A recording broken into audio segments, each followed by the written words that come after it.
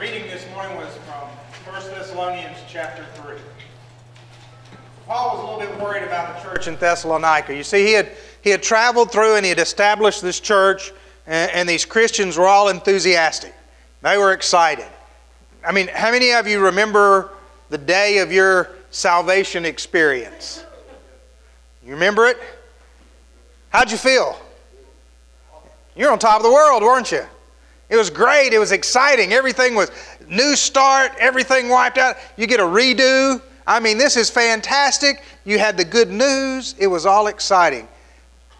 But shortly after Paul had worked with these Christians and they had begun to learn the gospel, persecution set in. And the persecution at first was directed at Paul and those with him. And so he, shortly after starting the church, was forced to move on somewhere else. And as he gets over in Athens, he's a little worried. And his concern is for that church. Because as the persecution begins to come and as temptation begins to set in, he wonders, are they going to be able to grow up in the gospel that he gave them? And he gets so worried about them that he sends Timothy back to check on them. And in verse 5 of 1 Thessalonians 3, he kind of sums up what he's worried about. I was afraid in some way that the tempter might have tempted you and that our work might have been made useless. He was worried that in the absence of somebody to encourage them, to remind them of what happened when they were saved, that Satan is going to move in. And that Satan is going to exercise temptation on them, and that they're going to go back to how they were before. And then everything he did would be useless. Paul wasn't worried about really his work being useless. He was more worried about the situation for the Christians there. What was their life going to be like if they went back? And he knew that the tempter was looking for any opportunity that he could to turn those people away from Christ. He wasn't going to sit back just because they had been saved. You know, we've all experienced some miracles in our life at times, haven't we? But there is no bigger miracle than our salvation. Our salvation is a miracle of epic proportion. It's a healing beyond all healings. 5 years ago, yesterday, was a Sunday morning, much like today.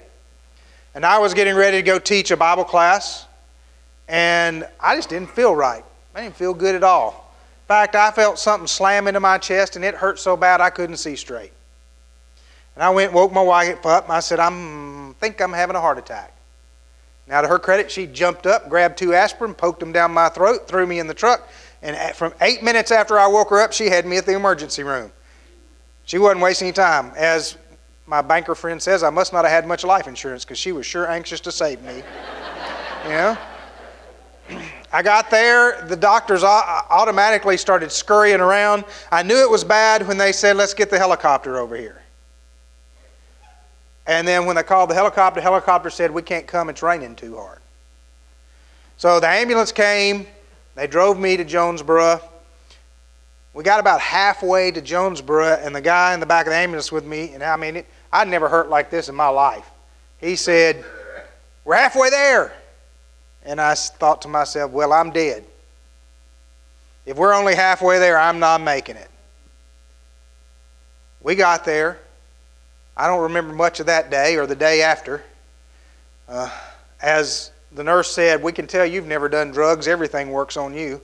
And don't take that as a compliment. There's plenty of other stuff I've done, okay? But I was acutely aware that a miracle had happened in my life. Made more aware of that when the doctor came in and said, you realize you only had a 5% chance of surviving this episode. I was aware a miracle had happened in my life. And I was also aware of something else.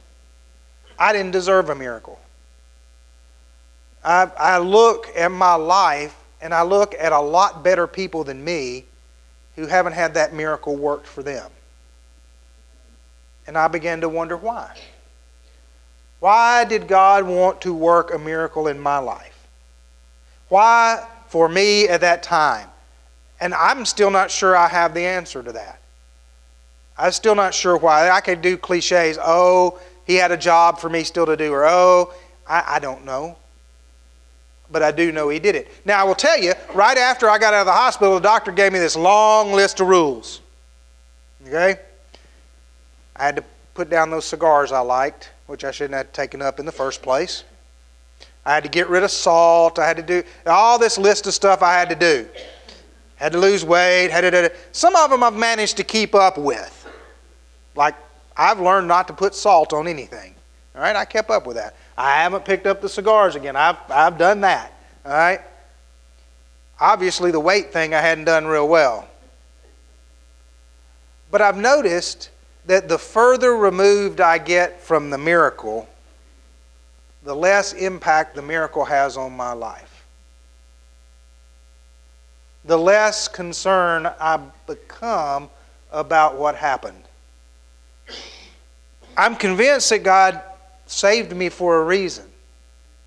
I'm not sure I know what that reason is, but with every moment that goes by, the miracle fades a little bit. And it just becomes a story to tell. And it doesn't have the power in my life that it had at first. And I think the same thing that happens with us in relation to our salvation. We have our salvation experience and we get so excited and we're so on fire and we realize that in the water of baptism, a miracle happened. God healed us from sin. Now we come up and God says, okay, you're healed. Now here's a list of things I want you to do because this is going to make your life better. And at first, boy, we're really anxious to do all that, aren't we? In fact, we come up out of the water of baptism, we're like, yep, I'm going to do every one of those. I'm going to keep every one of those rules. I'm going to do everything that's laid out there. I'm going to have the attitude of a Christian. But then that sneaky tempter, he sneaks back in, doesn't he? And the further we get away from the miracle, sometimes the more the miracle fades. And when the miracle fades, we're setting up the stage for the tempter to come back full force. What's the phrase? Once an addict? Every one of us in here is addicted to something. Maybe you were addicted to anger before you became a Christian, and when you got up out of that water baptism, you said, I'm done with the anger part. I'm going to quit being angry at everybody. I'm going to quit being mad. I'm going to quit hollering and screaming. And maybe you did well for the first year or the first 2 years, but what happens as the miracle fades? You find yourself returning to those old patterns of anger, don't you? And you get mad. Maybe it was greed. Maybe you just need stuff. You just want lots of stuff. My wife says I'm a hoarder. I say I got things that I need to use one day. So I've got a shop full of one days. Yeah? And I found out that the one day, you know when one day comes with all this stuff you're saving? The day after you throw it away. The day after you throw it away, you're saying, man, I wish I had that. So I've tried to save all that for one day. All right? That may be a little greed thing going on there. We can be addicted to greed.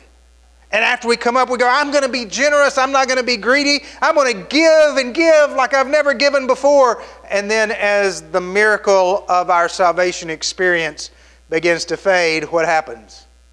We fall back into those same routines. You see, the weaknesses that the tempter exploited to get us in trouble in the first place don't just automatically go away once we come up out of the waters of baptism. Those weaknesses are still there. It's not that the weaknesses disappear, it's that we got the power of God to address the weakness. And we remember that when we first come up, when we first have the miracle of our salvation experience, we're like, yes, I've got the power of God to deal with this. But when the miracle begins to fade, sometimes we forget about how great the power of God is. And not only that, if that weren't bad enough, new temptations come up, don't they? There's the temptation, if we're not careful, to start looking at ourselves as the reason for our salvation. And to start looking down our nose at other people who haven't had the same experience. Well, I was able to do that. Why aren't you able to do that? And we can become self-righteous. We can become prideful. You know, it'd be easy with my heart attack for me to say, well, God must have needed me more than He needed somebody else. That's why He saved me and He didn't save somebody else. Now, that would be real arrogant, wouldn't it? There is no way that's true. There is no way in the world that's true. And God did not save you because you were better than anybody else. God did not save you because you deserved it more than anybody else. And God did not save you because He needed you more than He needed somebody else. God saved you because you were willing to believe. And when you believed, He saved. And our job is to look at everybody else and say, if they're willing to believe, guess what? They can be saved, because some of them are much better people than I have ever been. But that temptation comes, the temptation to pride, the temptation to self-righteousness, the temptation to begin to believe that we somehow do all of this ourselves, and because we become good church-going people, now everything's going to be great. And even worse, the temptation to believe that we're always right, that God has somehow given us the corner on being right. And so if we believe it, it's right. And boy, we designed God and He looks a lot like us, instead of us trying to look like God. The further we get from that miracle of our salvation experience, the more the old temptations come in that were with us, and the more this whole bag of new temptations comes in. And the tempter begins to work. Now, hear me clear. The power of God is great enough to defeat any temptation in our life, old or new. But we have got to remember what the power of God is. If we give up remembering what the power is, if we start letting the miracle fade, then what's going to happen is we are going to become ripe fruit for the tempter to pick off. We're going to become a place where he can win. And then when he wins, all of that work that others have done on behalf of us, it's useless.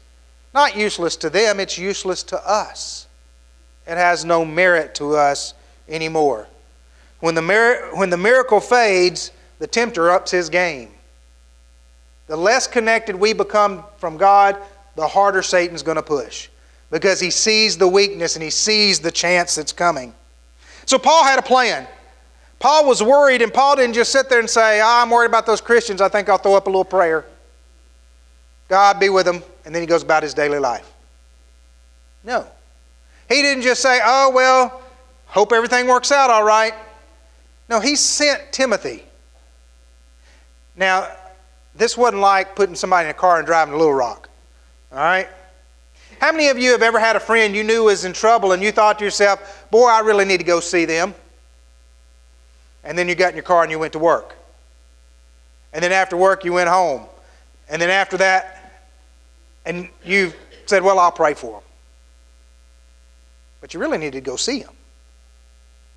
Paul didn't just say, I'm going to throw up a prayer, hope for the best, maybe everything's okay. He sent Timothy. This would have been a trip that would have taken probably 2.5 weeks. 2.5 weeks on the road there, see them, encourage them, and then 2.5 weeks on the way back to see Paul. And you're walking the whole way. You're not riding a car. He didn't have a chariot.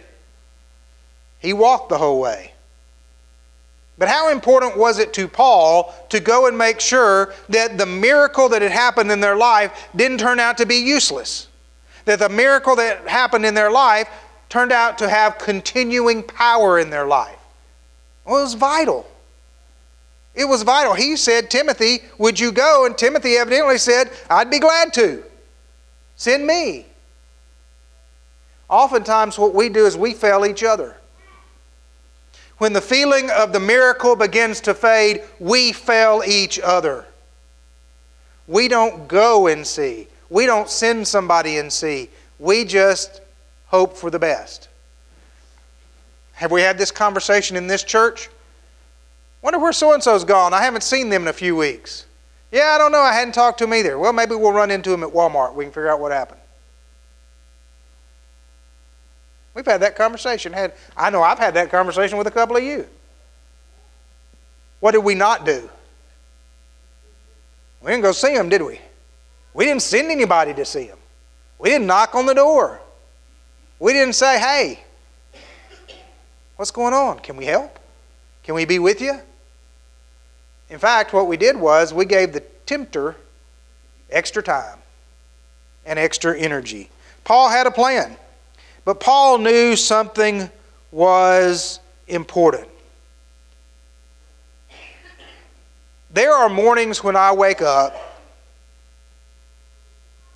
not as many as I would like, but there are mornings when I wake up where I realize that every single day is a miracle. That every single day that I have is a miracle. For when I had the heart attack, it killed half my heart. So I have half a heart. And I always tease my wife, she didn't like it. I said, pretty good for a guy with half a heart. And she goes, be quiet. It's not funny. But I have half a heart. So I went, right shortly after the heart attack, my term life insurance was coming up. And I went and said, I'd like to renew it. And they said, yeah. They said, we can't renew your life insurance. And I said, why not? And they said, well, the average person with your condition, 8 years maximum. Okay. That's kind of sobering. And at first I worried about it. But then I realized I wouldn't even be here without a miracle, right? I mean, without a miracle in the first place, I wouldn't be here. So if God can do a miracle in the first place, can He do a miracle in the second place? Absolutely. So I'll be here not till the life insurance company tells me I got to go. I'll be here till God decides I got to go. And when He decides I got to go, I'll go. I don't think I'll be able to argue with Him about that. I think it'll be time. So some days I wake up and I remember every day is a miracle. But then some days I wake up and the tempter starts throwing problems my way. You have this happen? And he starts throwing things your way and you get consumed in the problems and you begin to forget that the day is a miracle. And it's really ironic that this morning I woke up and had been working on this sermon in my mind all week, and I get up and turn on the hot water, and guess what? Evidently the hot water heater has died. Yes, God, this is a miracle. Somehow, this is a miracle. Not sure. It's easy to look at the problems. And even when we're concentrating on wanting things to be a miracle, the tempter's going to throw some problems our way. And he's going to keep those problems coming. But do you know that your salvation experience was a miraculous day? But your salvation miracle was not a one-day miracle. Every day you wake up and you remain in Christ, He's working a miracle in your life. Salvation is not an experience. Salvation is a continual process. You are saved by God every day of your life. Don't believe me? Turn over to 1 John chapter 1 and verse 7. John's addressing a bunch of people, and these people are having kind of they're having a struggle. They're having a struggle with sin. Now, I know most of you don't have a struggle with sin, so you're okay. But for those few in here who have a struggle with sin, we'll talk about this little struggle here, okay? They're having a struggle with sin. They know as a Christian they shouldn't sin. So there's two temptations that come in with that. One is to pretend like you don't sin. You know you do, you just pretend like you don't. So that maybe you can fool everybody and everybody will think you don't sin. And John will say, no, the person who says he doesn't have any sin is what? A liar. That's a pretty, in all of the lists of things that God hates, do you know the one sin that shows up in every single one of them? Liar. God hates a liar. So he says, if your response to, I know a Christian doesn't have sin is, oh, I don't sin anymore, you're a liar. That automatically is a sin right there, right? One of the big ones. So you've proved that you do have sin. But if you act like you have sin and it's no big deal and you just want to wallow in your sin like a pig does in mud, guess what? John says that ain't right either. If you do that, then what you've proved is that there is no Christ and He doesn't really exist. Well, okay, if I struggle with sin and I can't pretend like I don't have sin and I can't wallow in my sin, then what's the option? And he says if we walk in the light as He is in the light, we have fellowship with one another, and the blood of Christ continually purifies us from sin or cleanses us from all unrighteousness, depending on which translation you have. In other words, what light was it that Christ walked in? He walked in the light of God, didn't He? He said over and over again, everything I have has been given me by the Father. Everything I have. Jesus walked in the light because He knew every day was a miracle. Everything He had was from God, and God gave it to Him every day, and every day was a miracle, and He walked in that light of God. If we walk in that light of God and we realize that everything that God gives us, He gives us every day, and it comes straight from Him, then all of a sudden we realize every single day is a salvation miracle. We didn't have one experience when it happened. We experience our salvation every day, because every day the same thing that happened in baptism happens in your life every single day. When you went down in baptism and you were raised up, your sins were washed away, right? Gone, removed. And that's what excited you. You were so excited that everything was gone. It was wiped out. You were clean. You were pure. Well, 1 John chapter 1 and verse 7 says, if we walk in the light like He was in the light, what happens to us every single day? The same thing that happened in baptism. Every day is a miracle. And let me tell you, the miracle of salvation is much bigger than the miracle of being saved from a heart attack. The miracle of salvation is much better than the miracle of some finances coming out of nowhere when you thought they couldn't happen. The miracle of salvation is much better than getting that job you've been praying for and hoping for forever. Any earthly thing you want to talk about, the miracle of salvation trumps it. Because you see, 5 years ago, God worked a miracle and I got some extra time. But there's one guarantee at the end of this extra time. I'm going to die. Guaranteed. No exceptions, no ends. There's no different outcome. In fact, as one guy said, we're all born and we're all headed to the same place. The only difference is when we arrive. Now, he's talking about death. I don't think he had the long view. But the miracle of your salvation is not temporary like these others. The miracle of your salvation is eternal. It's eternal. It doesn't last for a season. It doesn't last for a day. It doesn't even last for your lifetime. You want something with a lifetime warranty? Your salvation has an eternal warranty. It doesn't stop. That's why it is the biggest miracle that will ever happen in your life, because it is the miracle and the only miracle that doesn't end. It doesn't end. If we can stay close to this miracle, if we can remember not to let the miracle of our salvation fade, if we can wake up in the morning and go, wow, guess what? I'm starting today pure, like I've never done anything wrong. Then the hot water heater breaking is not as big a deal. Then the person who really irritates us and comes in and takes up our time is not as big a deal. Then the fact that we're having cabbage for supper, I always joke with these ladies because they come in on Wednesday night and they're having cabbage, and I'm like, whoo, I'm glad my wife's cooking for me tonight. I don't like cabbage. Or broccoli. And they evidently get a good bit of cabbage and broccoli. So I told them my favorite cabbage and broccoli is the cabbage and broccoli somebody else has eaten. Yeah? That's why I had that heart attack. That's right. You're right. I like that steak and meat and stuff like that too much.